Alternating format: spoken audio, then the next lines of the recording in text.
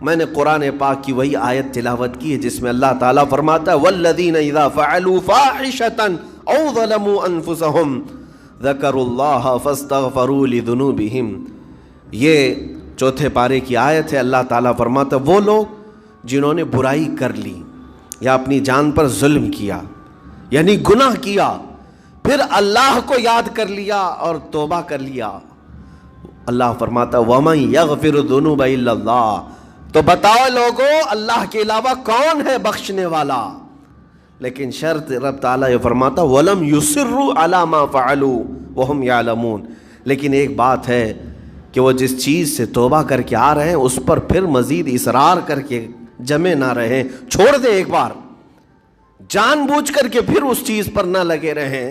یہ آیت کب نازل ہوئی تھی میں آپ کو بتاؤں. دو صحابہ تھے، دونوں گہرے دوست تھے، بہت ہی گہرے دوست، مدینے کے رہنے والے. اس میں سے ایک صحابی تجارت کے لیے جا رہے تھے اور ان کے گھر بار میں ان کی بیوی تھی بس اور کچھ نہیں. تو اپنے دوست سے کہا کہ میں جا رہا ہوں، مجھے آنے میں تاخیر ہو سکتی ہے، میرے گھر پر اگر کبھی سودا سلف لانے کی ضرورت پیش آئی تو میری بیوی کو یہ پہنچا دینا ساز و سامان. یہ کہہ کر کے وہ تجارت پہ چلے گئے. جو دوست صحابی تھے، دیکھیں صحابہ کے بہت سارے کام امت کے لیے درس ہیں، قیامت تک آنے والے مسلمانوں کے لیے وہ مشعل راہ ہیں. تو وہ جو دوست صحابی تھے سودا سلف لے کر کے گھر جایا کرتے تھے اپنے دوست کی بیوی کو پہنچانے کے لیے. ایک دن ایسا ہوا کہ شیطان نے ورغلایا اور سودا سلف سامان لے کر گھر گئے. ان کی خاتون باہر آئی دوست کی، انہوں نے اس خاتون کا صرف ہاتھ پکڑ لیا اور وہ عورت چونکہ مدینے کی رہنے والی صحابیہ ہیں اپنا ہاتھ تو چھڑا لیا لیکن وہ چیخ مار کر رونے لگی کہ جس پر میرے شوہر نے سب سے زیادہ اعتماد کیا، تم تو جگری دوست بھائی کی طرح تھے، ہاتھ کیسے بڑھا دیا. تو اس صحابی کو فوراً احساس ہو گیا کہ میں بہت بڑی خطا کر گیا، میرے بھائی اور میرے دوست کی امانت میں نے خیانت کر دیا. اس نے مجھ پر بھروسہ کیا تھا اور اس کی بیوی کا میں نے ہاتھ پکڑ لیا. بس اتنی سی بات تھی.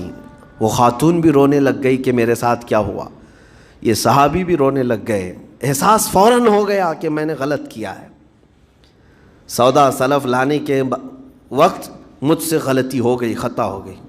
اب اس خطا کی وجہ سے وہ کرتے کیا، ان کو تو ڈر یہ تھا کہ میں اپنے دوست کو منہ دکھانے کے بھی قابل نہیں اور نہ ہی میں یہ چیز کسی کے سامنے ذکر کر سکتا ہوں، کیا کروں. تو مدینہ چھوڑ کر کے چلے گئے پہاڑیوں میں اور بغیر کھانا پانی سب کچھ بھی نہیں تھا، پہاڑیوں کے بیچوں بیچ رہنے لگے اور صرف روتے تھے اور گر جاتے تھے اور کمزوری آ گئی جسم میں، اٹھنے پھرنے کی بھی طاقت نہیں تھی. اب وہ دوست ان کے صحابی تجارت سے واپس آئے، گھر میں آتے ہی ان کی خاتون نے بتا دیا کیا معاملہ پیش آیا. وہ بہت جلال میں آئے اور کہا کہ میرا دل ٹوٹ گیا، آج میری کمر ٹوٹ گئی، جس کے ساتھ ہم نے پوری زندگی بتائی آج اس نے میری عورت کے ساتھ ایسا کیسے کیا. بہرحال انسان ہے، خطا ہوتی ہے، انسان ہے، بھولنا اور خطا کرنا اس کی عادت ہے. اب ان کو دل میں تو بہت تکلیف ہوئی، کروں کیا. لیکن وہ صحابی تھے، انہوں نے کہا یہ معاملہ سیدھے حضور پاک کی بارگاہ میں رکھتا ہوں. کہا کہ میں سزا دوں گا یا پھر جو ہے ان کے لیے جو قرار واقعی چیز ہوگی وہ دلا کر رہوں گا. بارگاہ مصطفیٰ صلی اللہ تعالیٰ علیہ وسلم میں تشریف لائے، عرض کیا کہ آقا ایسا ایسا ہو گیا، میرے معتمد ساتھی نے میرے گھر میں ایسا معاملہ کر دیا. نبی پاک صلی اللہ تعالیٰ علیہ وسلم غمگین ہو گئے کہ ان دونوں کے درمیان ایسا کیسے ہو گیا.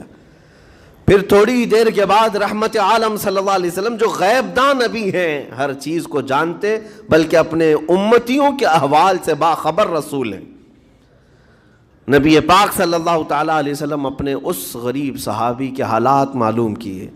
پتہ چلا کہ وہ تو گھر بھی چھوڑ دیا، مدینے بھی چھوڑ دیا، پہاڑیوں میں جا کر کے پناہ لے کر کے اکیلا تنہا رہ رہا ہے. اللہ کے نبی صلی اللہ تعالیٰ علیہ وسلم اپنے اس غریب امتی صحابی کے حالات معلوم کرنے کے بعد اللہ کریم کی بارگاہ میں عرض کرتے ہیں کہ مولا تو فیصلہ سنا دے۔ اللہ تعالیٰ نے آیت نازل فرمائی، جو آیت میں نے آج آپ کے سامنے تلاوت کیا۔ اللہ تعالیٰ فرماتا ہے وَالَّذِينَ إِذَا فَعَلُوا فَاحِشَةً أَوْ ظَلَمُوا أَنفُسَهُمْ، جن لوگوں نے گناہ کر لیا یا اپنی جان پر ظلم کیا ہے، پھر ذکروا اللہ فاستغفروا لذنوبہم، اللہ کو پھر جلدی یاد کر لیا اور توبہ کر لیا، رب تعالیٰ فرماتا وَمَن يَغْفِرُ الذُّنُوبَ إِلَّا اللَّهُ، محبوب بتاؤ اللہ کے سوا کون ہے گناہوں کی بخشش کرنے والا؟ اللہ تعالیٰ ان کے گناہوں کو معاف کر دیتا ہے جو فوراً اپنے گناہ کے بعد یاد کر لیتے ہیں کہ مجھ سے خطا ہوئی ہے۔ رسول کریم صلی اللہ تعالیٰ علیہ وسلم نے اس صحابی کو بتایا تیرے بھائی سے بھول ہوئی، خطا ہوئی، لیکن رحمان نے اس کی بخشش کا مصداق قرآن میں سنا دیا کہ وہ باز آ گیا اور توبہ کر رہا ہے، لہٰذا تیرے لیے بھی یہ زیب نہیں دیتا کہ تو اب کوئی انتقام لے، تو اپنے دل سے معاف کر۔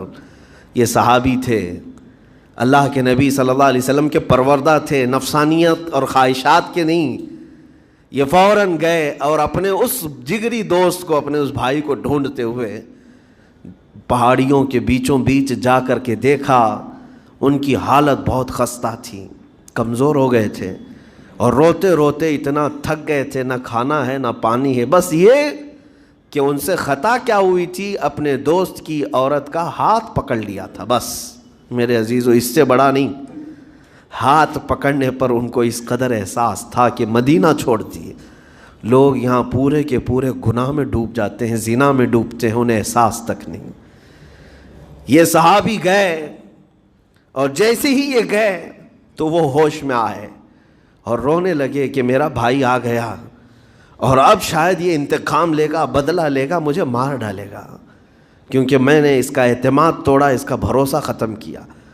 لیکن یہ صحابی گئے اور ان کا ہاتھ پکڑا اور اپنے سینے سے لگایا، کہا کہ تو بھی ابن آدم ہے، میں بھی ابن آدم ہوں، انسان ہے، خطا ہو گئی، لیکن بشارت ہے تجھے کہ اللہ نے قرآن میں محبوب کی بارگاہ میں آیت اتاری، تیری بخشش کا پروانہ اتار دیا۔ وہ اس قدر خوش ہوئے کہ اس صحابی کو تھام لیا اور کہا میں تو مایوس ہو کر پورے گھر بار سب چھوڑ کر کے آیا تھا، لیکن میرا رحمان خدا بندوں کو کبھی چھوڑتا نہیں، کبھی اکیلا ہونے نہیں دیتا، وہ مایوس نہیں کرتا۔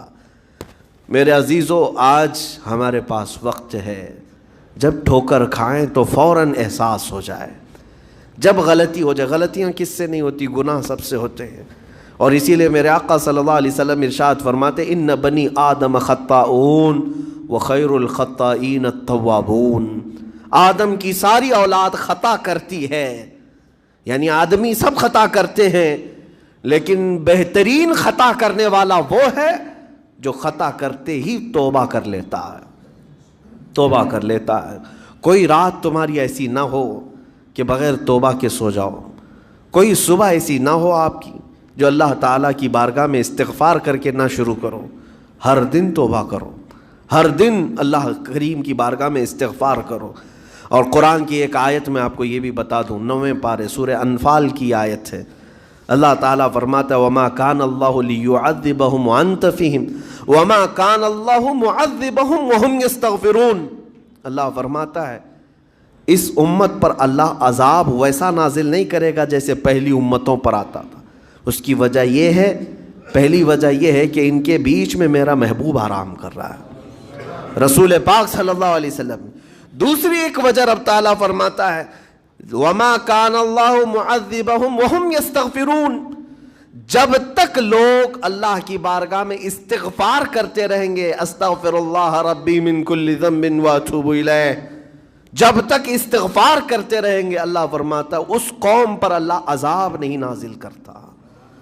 جب بندے چھوڑ دیتے ہیں، ارے جو کیا سب صحیح کر رہا ہوں، میرا کیا ہے، توبہ کرنا بھول گیا، استغفار کرنا بھول گیا، ان بندوں پر اللہ کا عذاب آتا ہے، اس قوم پر عذاب آتا ہے۔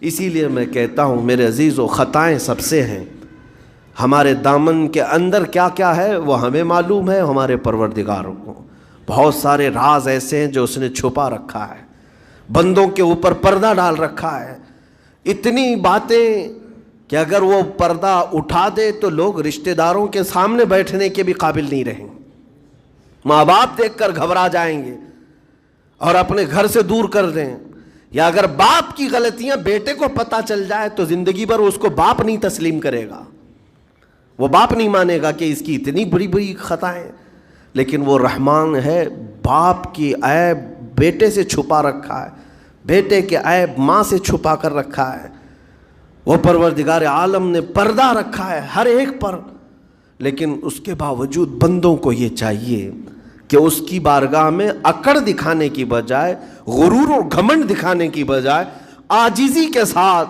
اسے رحمان تسلیم کر کے عرض کرتے رہے، مولا میں خطا کار ہوں اور تو ستار و غفار ہے، بخش دے مولا تیرا نام غفار ہے، بخش دے مولا تیرا نام غفار ہے۔ اسی لیے میں عرض کرتا ہوں میرے عزیزوں، رب تبارک و تعالی ارحم الراحمین ہے، لیکن کچھ بندوں کو آج ایسا لگتا ہے کہ اب ہم جس زندگی میں جیسے چل رہے ہیں اب تک ہمارے ساتھ کچھ ہوا نہیں، اس کا مطلب ہے کہ ہم صحیح کر رہے ہیں، جو کر رہے ہیں ہم صحیح کر رہے ہیں۔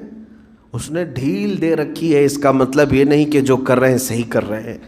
کسی دن وہ گرفت کرنے پر آئے اور سب کے سامنے عیوب تمہارے برائیاں وہ آشکار کر دے، کھول دے، تو یہ سب سے بڑا عذاب ہے، دنیا میں بھی سب سے بڑا عذاب ہے۔ بہرحال آج وقت ہے، اللہ تعالیٰ نے عقل سلیم عطا کیا ہے، اور میں آپ کو بتاؤں کہ اللہ تبارک و تعالیٰ ان بندوں کو پسند کرتا ہے جو اس کی بارگاہ میں گڑ گڑاتے ہیں۔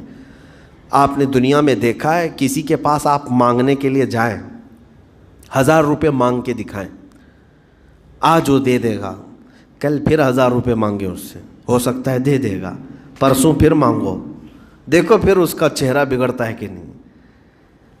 اچھے لوگوں کی بات میں کر رہا ہوں، مانگنے سے لوگ ناراض ہوتے ہیں، اور اگر تم مانگنے کی عادت ڈال لی تو دیکھنا وہ آدمی راستہ کاٹنے لگ جائے گا، ارے یہ آ رہا ہے ہٹ جاؤ ادھر سے، ابھی آئے گا 1000 روپے مانگے گا۔